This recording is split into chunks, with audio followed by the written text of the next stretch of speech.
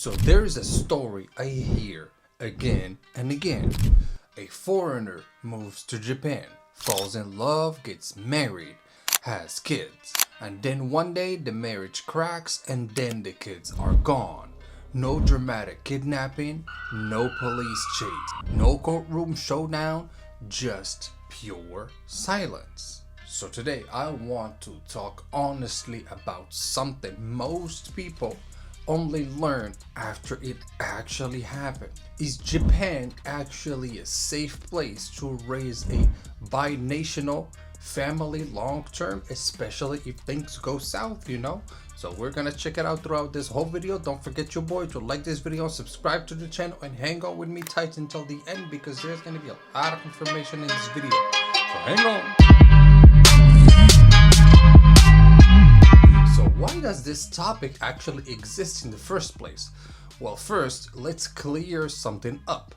Japan is not a villain country. It's perfectly safe in there and it's very orderly and everything. It is one of the best places in the world to raise children when families stay intact. But Japan's family law system was designed around one assumption: families never break apart. And when that assumption actually fails, the system doesn't bend. It just keeps going. And so how does custody works in Japan?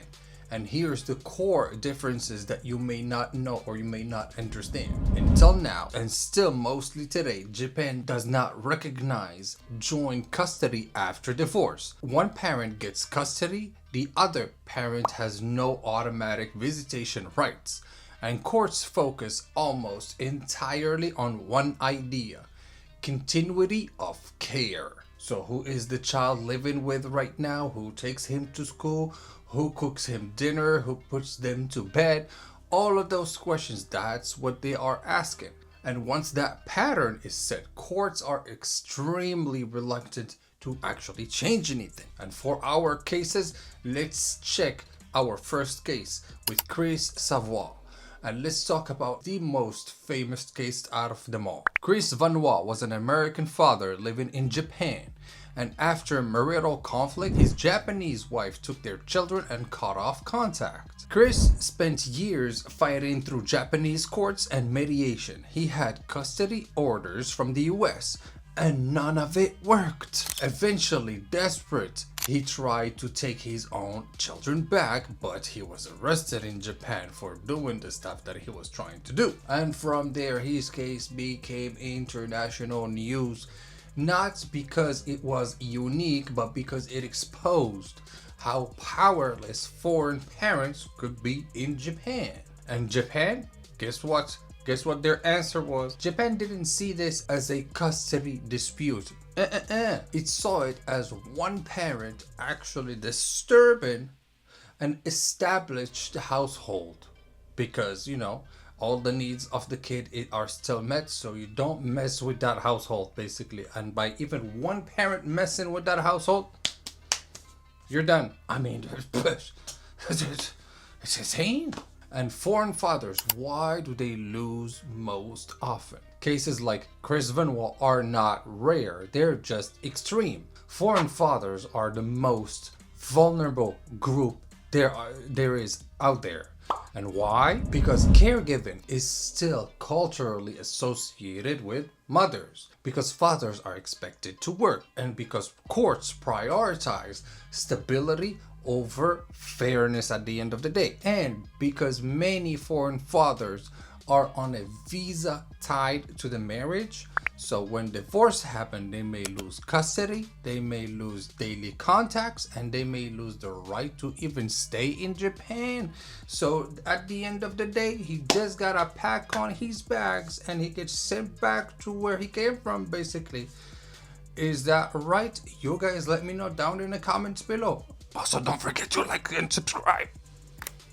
And all of that happens all at once. It can happen literally in the span of a week, where you go from, you're having a normal, regular relationship to, I don't have nothing anymore. For our case number 2, let's check out Murray Wood. Murray is a Canadian father whose Japanese wife took their children to Japan, would spend more than a decade fighting for access. He met with diplomats, testified before government bodies, and spoke publicly about never seeing his children growing up. And at one point he said something very chilling. And he says it's like they are dead, but I know they are alive. And that sentence comes up again and again in all of these cases, because that's the case. You know that they're alive, but you can't have access to those kids. Now, foreign mothers, different power, different pain. Now, this is just about the fathers.